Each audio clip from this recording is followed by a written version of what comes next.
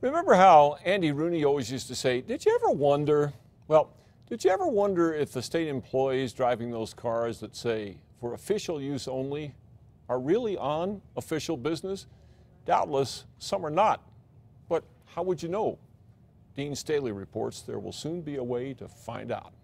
In the coming months and years, when you see a car with a state seal, that car may have a GPS tucked away under the dash, monitoring the driver's every turn. I have no problem with it. I really don't. Kathy McCormick drives all over the state for the Department of Economic Development. It's a privilege to have a car. I appreciate having the car.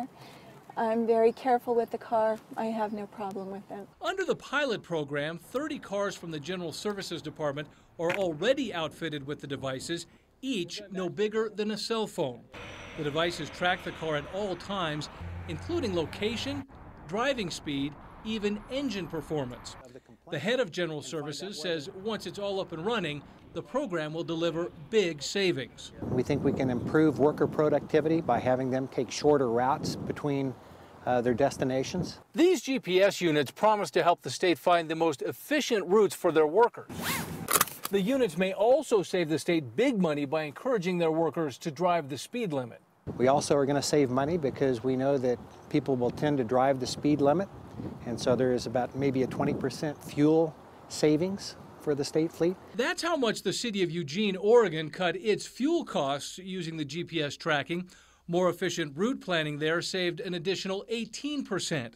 The system costs about $25 per vehicle. And to any state worker who might be squeamish about a computer tracking their every move, Burkle is making no apologies. And these are taxpayer dollars. These aren't personal vehicles. These are state assets, and we have an obligation to the taxpayer for them to receive the best benefit for their dollar. Dean Staley, KRQE News 13. The department will test the system for 3 months as a way to choose a vendor. As a bonus, this device will also be able to verify whether complaints about the way state workers are driving are valid.